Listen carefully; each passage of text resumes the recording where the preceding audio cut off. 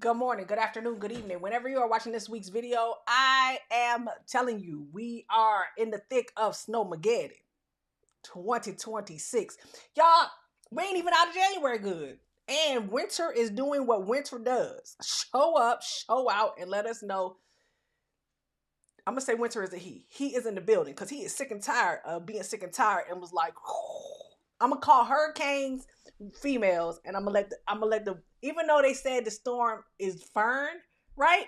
I'm gonna say snowstorms are men. Don't ask me why. I don't think I even have a logic for it. I just feel like it should be. I feel like it should be. Winter storms are men and summer storms are females because they hot and they bothered and it's like going through the change. Okay, so that's what we're gonna go through this week. I'm glad that you are here to watch this week's video. I am none other than yours truly, Patrice L. EA. That EA stands for Enrolled Agent, not anything else you might got going through your head. However, I want you to know that we are here. We are in the place. We are here to talk about a topic that I want to get out front of, right? And in next week's video, it probably will come up again, right? Because in the newsletter, we are now in the thick of it. It's 2026, the one big beautiful bill. All the things are going to go live. Only a little bit went live in 2025, and so I'm going to get in front of this whole Trump account. I saw it a lot last week and over the last couple of weeks, right? Because now it's coming down the pike. People are going to be talking about it, and anything with Trump's name on it is going to get people's attention. Plus, there's talk of this $1,000 that people can get. So I know that when I took my training, right, my refresher training again, because I had taken One Big Beautiful Bill training in the fall, and I had actually read aspects of the One Big Beautiful Bill. But now that I understand it again from taking the training at the beginning of January, the one thing that sticks out to me was I really thought that the Trump accounts were only geared towards children that were born between January 1st, 2025 and I guess it's January 31st or something like that, 2029. So I thought it was a 4-year window the small 4-year window that while this administration was in, that those were the only children that were going to be able to get these Trump accounts. However, that is not the case solely. There's an aspect to it that is true, but it's not the sole case. So what we're going to do is we're going to go to trumpaccounts.gov. Why? Because it's an official website. Why wouldn't it be, right? And y'all know I like to go to the source. So we're going to go to trumpaccounts.gov. We're going to make sure that all of y'all get this link. This is going to be the first and only time that I go through it in this much depth of discussion. The reason why is because I have my feelings, and I'm going to keep my feelings to myself as to what I think you can do and what I think you can't do and what you should not do. If you're one of my existing clients and you want to talk about it and we can schedule a meeting for a planning session and Patrice, how do we leverage this, that, and the other, by all means, hit your girl up. Understand that it is going to be a paid consultation. But I'm going to give you enough information to make yourself dangerous, right? And this is going to be critical because as you are watching this, one of the things that's going to happen is if you have a child that's born between this window, January 1st, 2025 through 2029, and you want to take advantage of some of the things we're going to talk about, then we need to make some elections when we're filing these 2025 tax returns. All right, let's get into it. My face probably won't be on it because my face tells too much, but I'm going to educate you based off the facts. And I know for a fact that we have a article in next week's monthly newsletter that goes into it in more detail as well. So if you don't watch this video, but you do watch you do read next week's newsletter and you still got questions, hit your girl up. Still hit me up. I will keep my opinions, thoughts, facial features to myself. Let's get into it. All right. So we're on trumpaccounts.gov. For real, this is the website, trumpaccounts.gov. And what it says is Trump accounts jumpstart the American dream. We're building a long-term financial security for millions of children by creating tax advantage investment accounts for U.S. citizens under the age of 18 coming in 2026. Now, I'm going to use my face. This is where I was like, woo, Oh, okay. So it's not just for newborns. It is for any child under the age of 18. But there's more rules to it because it wouldn't be the federal government if it wasn't more rules. All right. So if you want information, you want to come back, hey, come straight here, get your email, they'll get you updates. Okay. Now, this is the big things. You are going to get $1,000 for every American child born between January 1st, 2025 and December 31st, 2028. I had it wrong. I thought it was January to January. So I knew it was weird, right? So the whole time this administration really is in, if your child is born between those ages, they willing to give you $1,000. But you're going to have to elect to go open up this account. So that is $1,000 coming to that child. You can't touch it. They can't touch it. And it's not going to count against their basis. All right. The account is fully in your child's name. Meaning you don't own it. Your child owns it. Well, the government is the custodian. And it's your child's account. Let's put it that way. And you are the sole custodian until, well, they say you the custodian. This is why I'm not showing my face. You're the custodian. They are acting like the brokerage because I'm not sure who. I do have an idea of where they're going to put these funds, right? It's going to be an ETF, a US-based ETF. I'm guessing it's going to go into that investment fund that where America is, taking portions and buying shares of these companies, right? I'm thinking it's going to go into that. Maybe that's an ETF they created. I do not know who the overall broker is, AKA, is it Charles Schwab? Is it Morgan Stanley? Is it, you know what I'm saying? Like, I'm not sure about that because, they would have to follow the SEC rules, etc. But I do know it's supposed to be geared toward investments in U.S. companies. I do know that, and that says you're the custodian. So I'm gonna stop. We gonna keep going. No contributions necessary. So if that child is born between January 1st and December 31st. January 1st, 2025, December 31st, 2028, and or you open up an account, excuse me, for a child that is under the age of 18, no contributions are necessary. But you can deposit up to $5,000 per year to maximize the growth. All right, so for the babies in the 4-year range, they gonna get them $1,000. You don't have to put another dime in. You don't have to put another, pennies aren't scarce. So I'm gonna say you don't have to put another nickel in. And so even though you don't have to put another nickel in, those funds, that $1,000 can grow. However, if your child is older, right? So was not born in that 4-year range and is under the age of 18 and you open this account, the max that can be contributed is $5,000. Now, for that, I'm gonna say 0 to 4-year-old, the same thing can be contributed, $5,000 a year. What does that sound like?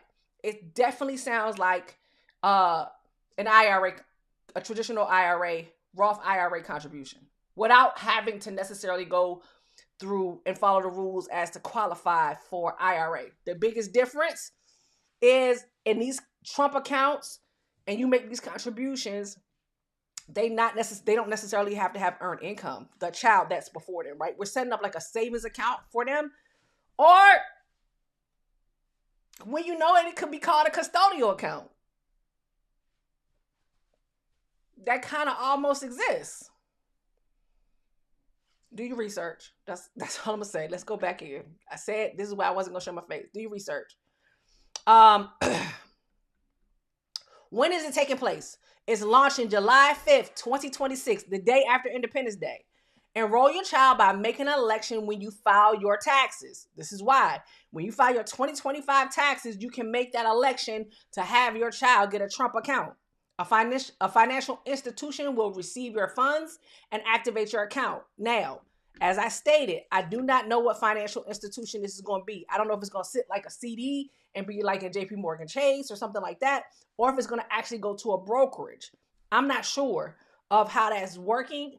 I'm sure that the federal government has figured this out, but I can't tell you that. And I don't know if people on the East Coast, like almost like the tax offices, if you are in these states, then you go to Kansas City for processing. If you these states, then you go to Utah for processing. I don't know if it's going to be something like that.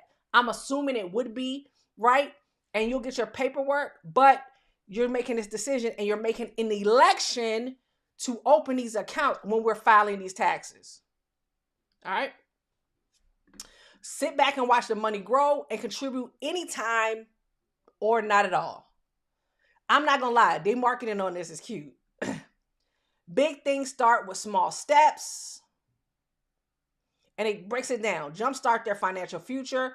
Build your child's financial foundation right from the beginning. $1,000 from the U.S. Treasury. They can have a huge start. But remember that $1,000 only applies to children born from January 1st, 2025 through December 31st, 2028. If your child is of older than that and was not born between then, they've been here for a while, right? But they're younger than 18, this $1,000 don't apply to them. Your account balance will grow over time on its own, whether you choose to contribute additionally or not. And you can contribute up to $5,000 per year to accelerate that growth and buy more into the ETF, right? More ownership into that ETF. Your child's funds will automatically be invested in American companies. The app lets you see exactly what stocks they own and how they're performing. Sounds familiar? Do your research, people. Growing their finances and their education. As they get older, they'll learn about investing and watch the money compound in real time. They'll gain more than just money. They'll gain financial literacy. Let's hope that's the case, because we can set money in a savings account all day long, and that does not guarantee that we have financial literacy. You still have to have discussions.